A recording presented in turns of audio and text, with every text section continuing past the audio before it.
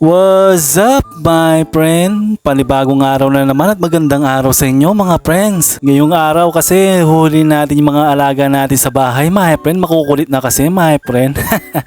Kaya naghanap muna ako sa tindahan namin ng panghuli ng mga daga, my friend. At may nakita nga ako yung pandikit sa mga daga, my friend. Pwede na yung isa, my friend, tapos gugupitin na lang natin sa gitna, my friend. Kasi pag hinati natin sa gitna yan, my friend, magiging apat yan, my friend. At makakatipid pa tayo, my friend. Apat yan, my friend, kapag pinaghiwalay mo, my friend. Ganyan yung technique, my friend.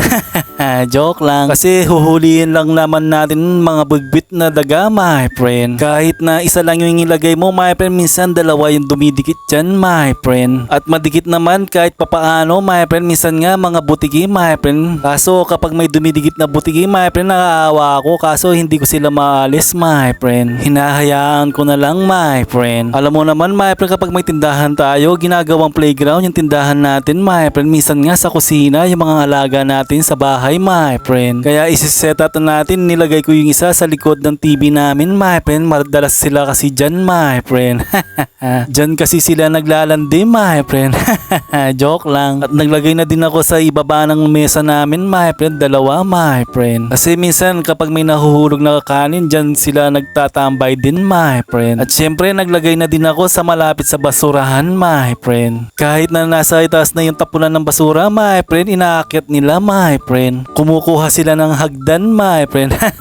Joke lang. Pagkatapos kung mailagay lahat, my friend, syempre merienda muna tayo sa tindahan habang naghihintay, my friend. Syempre pampalipas oras ulit, my friend, tinapay at saka yung mayonnaise na binili ko dati, my friend. Ang sarap ng mayonnaise na yan, my friend, parang egg sandwich din, my friend. Habang nagme-merienda ako, my friend, parang meron na yatang na-trap, my friend, sa nilagay ko, my friend. Syempre hinayaan muna natin, my friend, hindi naman makakatakas kasi madikit naman, my friend. Bago ko tignan, syempre uminom muna ako ng pantulak, my friend. Pagkatapos nating magmerienda, my friend, syempre titignan muna natin kung may nahuli nga tayo, my friend. Sadyang makukulit kasi yung mga alaga natin sa bahay, my friend. Pagkatingin ko nga, my friend, ayan, nabalot nga sa kanya yung pandikit, my friend. Hindi na siya makakawala, my friend. At medyo sumisilip pa nga, my friend, ayan. Joke lang. At syempre may nahuli din ako dito sa malapit sa tapunan ng basura, my friend. Ayan, isa din, my friend. Kaya kumuha muna ako ng plastic, my friend, para doon ko muna sila ibalot. Tapos itatapon ko sila sa basura, my friend. Sigurado hindi na sila makakatakas, my friend, kasi madikit naman, my friend.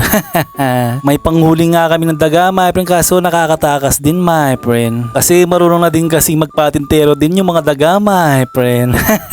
Joke lang. At dito ko muna sila itatapon, my friend, pansamantala sa basurahan namin, my friend, habang hindi pa dumarating yung basurahan namin, my friend.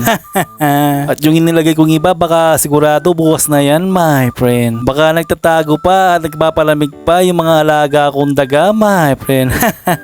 Sige, salamat.